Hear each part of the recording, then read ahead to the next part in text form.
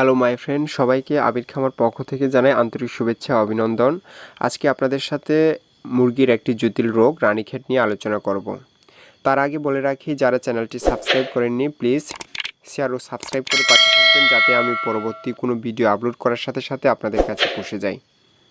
তো ভিউয়ার্স, আপনারা স্ক্রিনে যে মুরগিটি দেখতে পাচ্ছেন, এটি সাধারণত রানীক্ষেতের একটি বিশেষ লক্ষণ। ভিউয়ার্স, আপনাদেরকে প্রথমেই বলে রাখি, আমি সাধারণত যে ভিডিওগুলো আপলোড করে থাকি সেগুলো সম্পূর্ণ আমার নিজের প্র্যাকটিক্যালি একটি ভিডিও। তো ভিউয়ার্স, স্কিনে মুরগিটি প্রচুর পরিমাণে পানি খাচ্ছে এবং এটি কোনো প্রকারই খাবার খাচ্ছে না এবং এক কোণে গিয়ে জিম মেরে বসে থাকে এবং কখনো কখনো হা করে শ্বাস নেয়।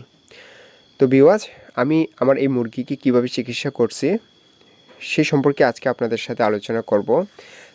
তার আগে জেনে আসি যে রানীক্ষেত হলে কিভাবে আপনারা বুঝবেন।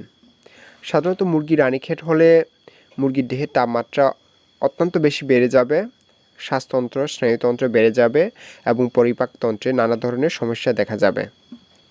মুরগি এক কোণে গিয়ে জিম মেরে বসে থাকবে, হা করে শ্বাস নিতে থাকবে। মুরগির নাক দিয়ে প্রচুর পরিমাণে পানি বের হবে। দেখবেন যে আক্রান্ত মুরগি কখনো কখনো গাড় বাঁকা হয়ে যাবে, এমনকি পাও বাঁকা হয়ে যাবে। আর মুরগির চুনা পায়খানা, পাতলা পায়খানা এবং সবুজ পায়খানা, এইসব লক্ষণগুলো দেখা যাবে। ভিউয়ার্স, এমন অবস্থায় আপনারা বুঝবেন যে আপনাদের মুরগি রানীক্ষেতে আক্রান্ত হয়েছে এবং তাৎক্ষণিকভাবে আপনাদের মুরগিকে ভালো মুরগি থেকে সেপারেট করে রাখার চেষ্টা করবেন। তো ভিউয়ার্স, আমি আমার মুরগিকে সাধারণত এই অবস্থায় দিয়েছি অ্যান্ড্রোসিন ব্যাট এবং ডক্সিসাইক্লিন গ্রুপের ডক্সিব্যাট, সাথে দিয়েছি এনজাইম জাতীয় ওষুধ।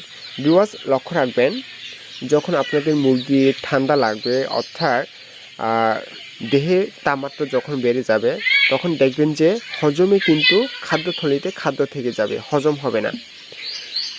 তো সুতরাং আপনারা অবশ্যই চেষ্টা করবেন যে আপনারা যখন যে কোনো অ্যান্টিবায়োটিক দিবেন, সেই অ্যান্টিবায়োটিকের সাথে হজমের যে কোনো একটা ওষুধ দেওয়ার জন্য, এবং মুরগিগুলো তাড়াতাড়ি আগের অবস্থায় ফিরে আসবে। তো ভিউয়ার্স, আমি যে ওষুধগুলোর কথা বলেছি এগুলো ছাড়াও আপনারা চাইলে মাইক্রোনিট, ফিফক্সব্যাট এগুলো অ্যাপ্লাই করে দেখতে পারেন। ভিউয়ার্স, মনে রাখবেন, আপনারা যখন ওষুধ অ্যাপ্লাই করবেন তখন 1 লিটার পানিতে 1 গ্রাম করে অ্যাপ্লাই করবেন এবং অবশ্যই 3 থেকে 4 দিন ব্যবহার করার চেষ্টা করবেন। এতে করে দেখবেন আপনাদের মুরগিটি খুব তাড়াতাড়ি সুস্থ হয়ে যাবে। ভিডিওটি যদি আপনাদের সামান্যটুকু উপকারে আছে তাহলে প্লিজ একটি লাইক ও কমেন্ট করবেন এবং সাবস্ক্রাইব করে পাশে থাকবেন। ধন্যবাদ ভিউয়ার্স, ফিরে আসছি নতুন আরেকটি গুরুত্বপূর্ণ টপিক নিয়ে, ততক্ষণে পাশে থাকুন।